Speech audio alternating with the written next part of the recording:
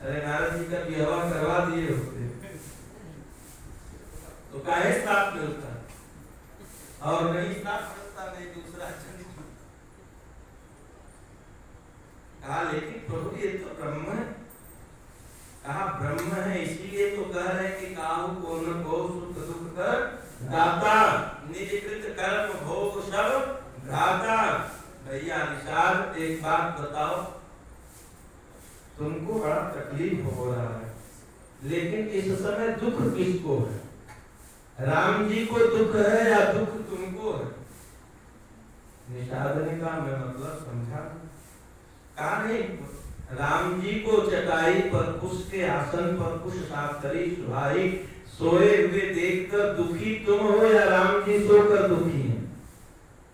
निषाद ने कहा राम जी के ऊपर तो कोई फर्क नहीं, वो जिस प्रकार से दूध के फेन के समान कोमल गद्दे पर सोते थे उसी प्रकार से मस्ती में चटाई बिछाए और सो गए, उनको तो कोई दुख नहीं। कहा तब दुख तो तुमको हो रहा है, और जब दुख तुमको हो रहा है तो ये तुम्हारे कर्म का परिणाम है कि राम जी के सुख के अवसर में भी तुमको दुख हो रहा है। काहुन को सुख दुख करदाता, अनिज कृत कर्म भोग सब घाता।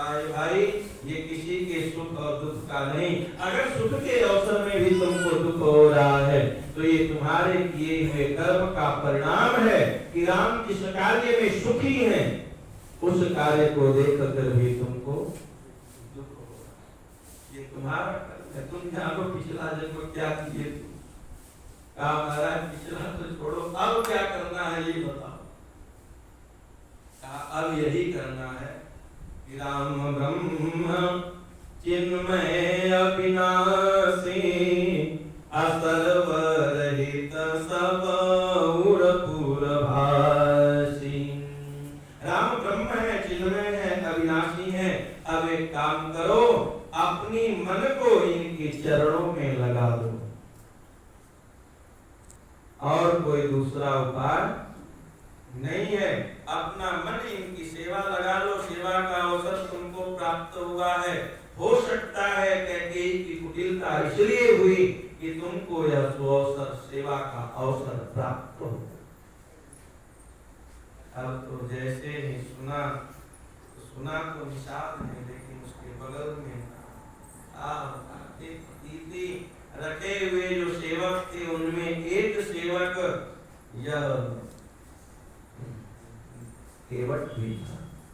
बस क्या करना था, क्षणिक सत्संग हुआ, एक घड़ी यादव में कोई याद, तुलसी संगत साध की हरे कोटि अपराध। राम अगर ब्रह्म है, चिन्मय है, अविनाशी है, तो इनके चरण को अब पकड़ लेना है, अब इनके चरण को छोड़ना नहीं है। ये न केन प्रकारेण, किसी प्रकार इनके चरण को पकड़ना है। केवट को ज्ञान हो गया, क्यों थोड़े देर सत्संग किया है, मति कीरत गति भूत भलाई, अब उसका भलाई होने वाला है। केवट ने सत्संग किया और जीवन में जो थोड़े देर सत्संग करता है उसका भी उद्धार हो जाता है। एक निवेदन कर दो कथा। एक जुआरी व्यक्ति,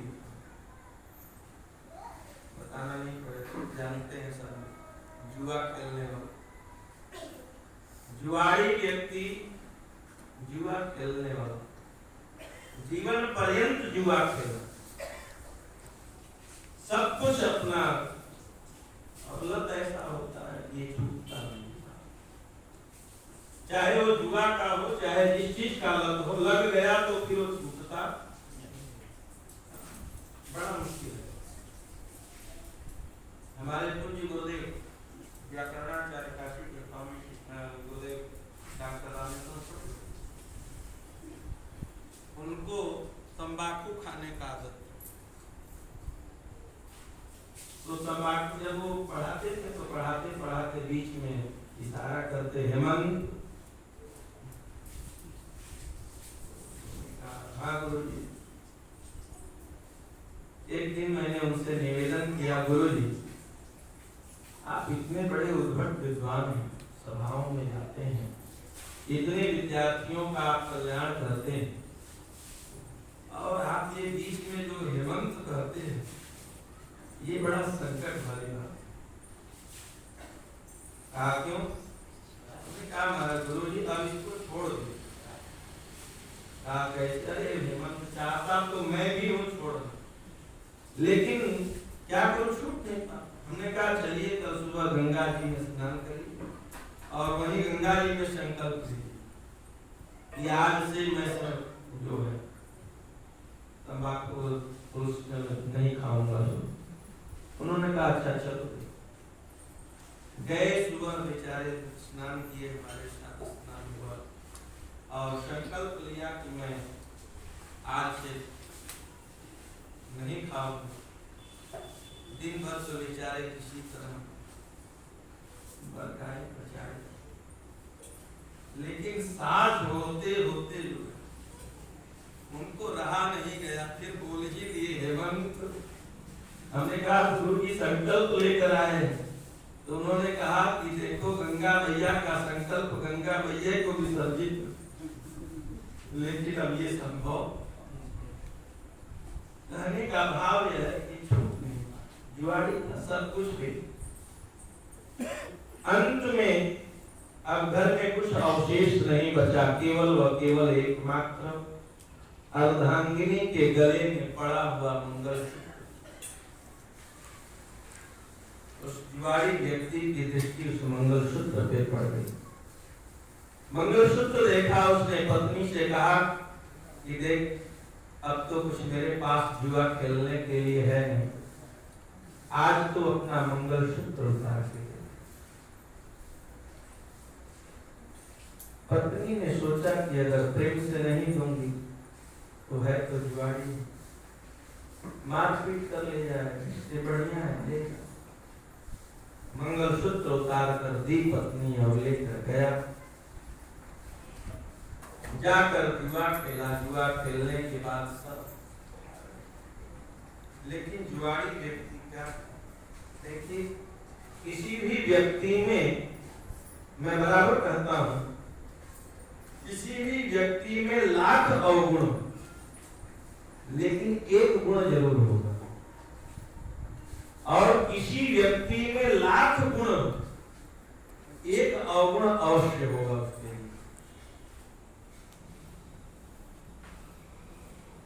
जुआड़ी व्यक्ति आशा नहीं छोड़ा, दांव खेलना नहीं छोड़ा। अंतिम दांव उसने फिर आशा में लगाया, शायद कदाचित अंतिम दांव मेरे यहाँ। दांव लगाया, 5 रुपए मिले, चला घर वहां से, और जब चला घर की ओर तो सोचा कि पत्नी का हार तो सोने का बेच दिए, अब सोने का हार तो बन नहीं सकता 5 रुपए में, तो क्यों न फूलों का ही हार ले। फूलों का हार लेकर पत्नी के लिए चला कि पत्नी को पहनाएंगे। पत्नी ताना मारती थी ना कि कभी जीत कर आए हो, सदा तो हार कर ही आए हो। आज मैं उसको यह माला पहना कर, हार पहना कर बताऊंगा, देख मैं जीत कर आया। जैसे ही वह व्यक्ति चला, शायद इसी रास्ते से जा रहा था, काटन के सत्संग हाल में कथा हो रही थी। व्यास जी ने बताया, देखो भगवान को पुष्पम पत्रम फलम तोयम योमाम भक्त्या प्रेक्षति, जो भगवान को पुष्प फल अर्पित कर देता है भगवान उसको ग्रहण करते हैं। अब तो था जुआड़ी, कितने देर बैठेगा सत्संग, उठा और चल दिया। जैसे ही चला वैसे ही उसको ठोकर लगी, और जब ठोकर लगी तो उसको आभास हुआ अब मेरा प्राण निकल जाएगा, अब मैं बचूंगा नहीं। उसको महाराज जी की वाणी याद आ गई कि महाराज जी ने कहा है पुष्पम पत्रम फलम तोयम योमा भक्त्या प्रेक्षति, जो भक्ति से अर्पण करेगा मैं उसको असनामी मैं खाता हूँ। उस जुआरी ने सोचा कि ये माला अब व्यर्थ तो जा ही रही है, मैं प्राण त्यागूंगा, ये माला इसी रास्ते में कचरी जाएगी, इसलिए एक काम करो, ऐसा करो कि ये माला भगवान को अर्पण कर दो, अगर मिल जाएगा तो मेरा उद्धार हो जाएगा, अगर नहीं मिलेगा तो व्यर्थ तो जा ही। इसीलिए सनातन धर्मावलंबियों ने कहा संदिग्धे परलोके भी कर्तव्यो धर्म संचयः, यदि नास्ति तन्नो हानि, यदि अस्ति चेत् तन्नास्ति को हतः। परलोक नाम की वस्तु न हो, न हमने नहीं देखा नहीं सुना, लेकिन फिर भी संदिग्ध होने पर भी कर्तव्यो धर्म संचय, हमें धर्म का संचय करना चाहिए। क्यों? यदि नास्ति तन्नो हानि, अगर नहीं है तो कोई हानि नहीं, यदि चेत् तन्नास्तिको हतः, अगर है तो नास्तिक जो है वह मारा जाएगा। उस जुआरी ने दोनों हाथ से माला उठाया, शिवार्पणमस्तु कर अर्पण कर दिया, और जैसे ही अर्पण किया प्राणांत हुआ। यमराज के दूत उसको पकड़ कर लेकर गए यम के धाम। चित्रगुप्त से यमराज ने कहा खोलो वही खाता, वही खाता खोला गया, पूरा का पूरा ब्लैक, जीवन भर जुआ। दो चार पन्ना बचा, लोगों ने कहा जब जीवन भर का अभ्यास जुआ में बना है तो क्या पलट। यमराज ने कहा सावधानी से देखो, नहीं फिर मांडव्य के रूप में, मांडव्य के हिसाब से विदुर के रूप में जाना। फिर देखा गया अंतिम पन्ने पर अंतिम लाइन में लिखा था कि इसने शिवार्पण कर भगवान को माला गजरा अर्पित किया है। यमराज ने कहा ओहो ये तो बड़ी भूल हुई, इसको तो यमलोक में आना ही नहीं चाहिए था। अच्छा चलो आ गया तो एक काम करो। जुआरी से पूछा एक बात बताओ, तुमने जीवन में इतना पाप किया है, इतना पाप किया है कि नरक में जाओगे तो अनंत अनंत वर्ष तक तुमको नरक भोगना पड़ेगा, लेकिन जीवन के अंतिम क्षण में तुमने एक ऐसा पुण्य किया है जिस पुण्य के बदले तुमको एक घड़ी के लिए स्वर्ग का सिंहासन मिलेगा। उस जुआरी व्यक्ति ने कहा महाराज पहले क्या लेना चाहो? तो जुआरी जुआ कर दिया।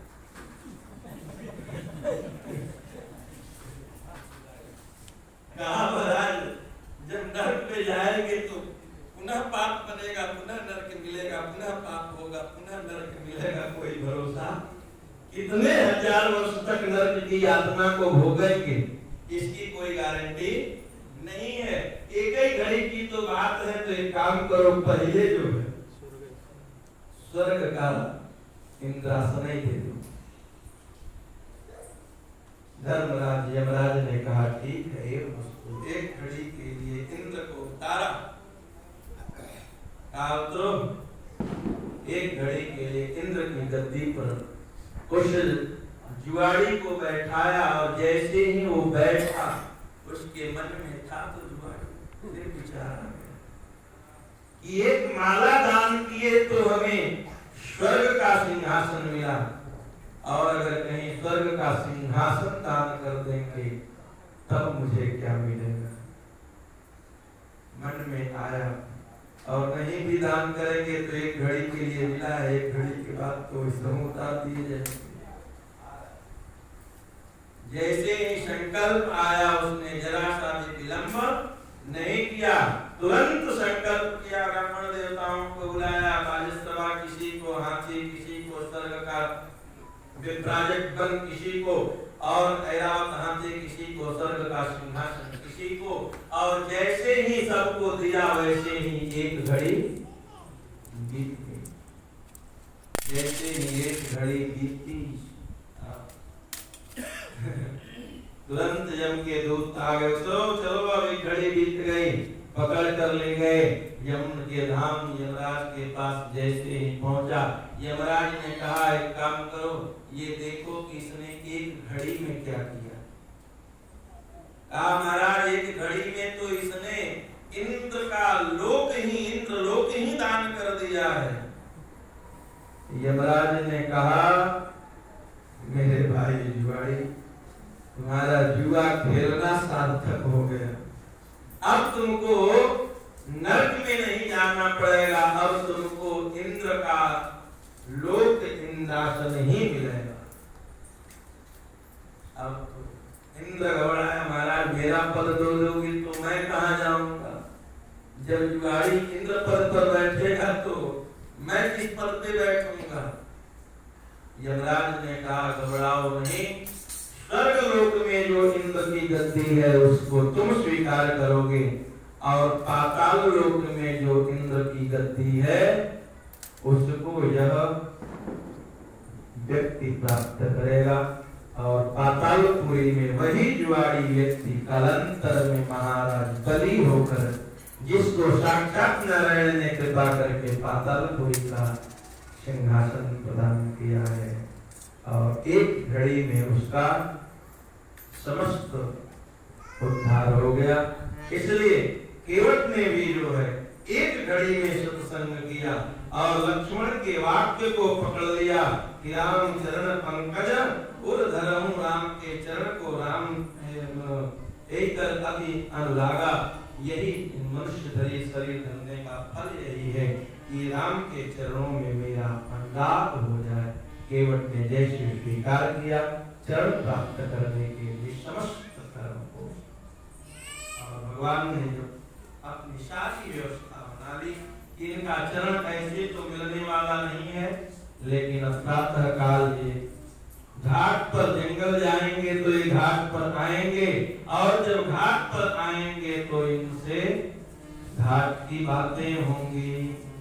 और जैसे ही प्रभु प्रातः काल हुआ, घाट पर पहुंचे हैं, और प्रभु ने केवट से कहा मांगे नावन केवट आना, अकहीं तुम्हारा मरम मैं जाना। मांगी नाव न केवट आना, कुछ लोग अर्थ करते हैं मांगी नाव न केवट आना,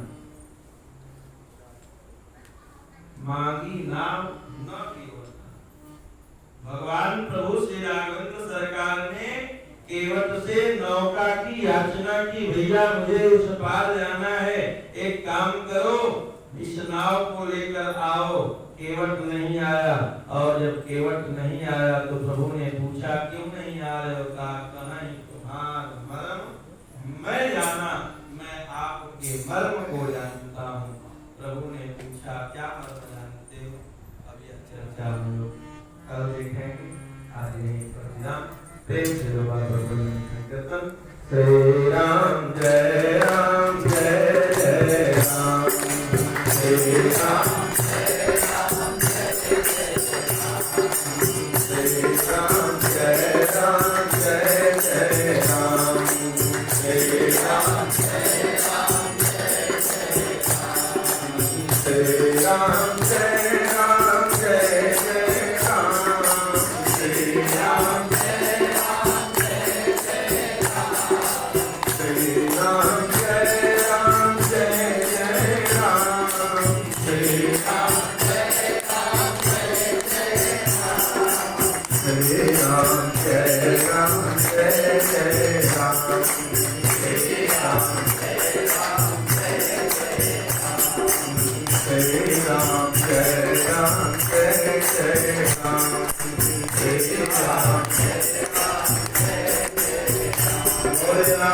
नमस्कार।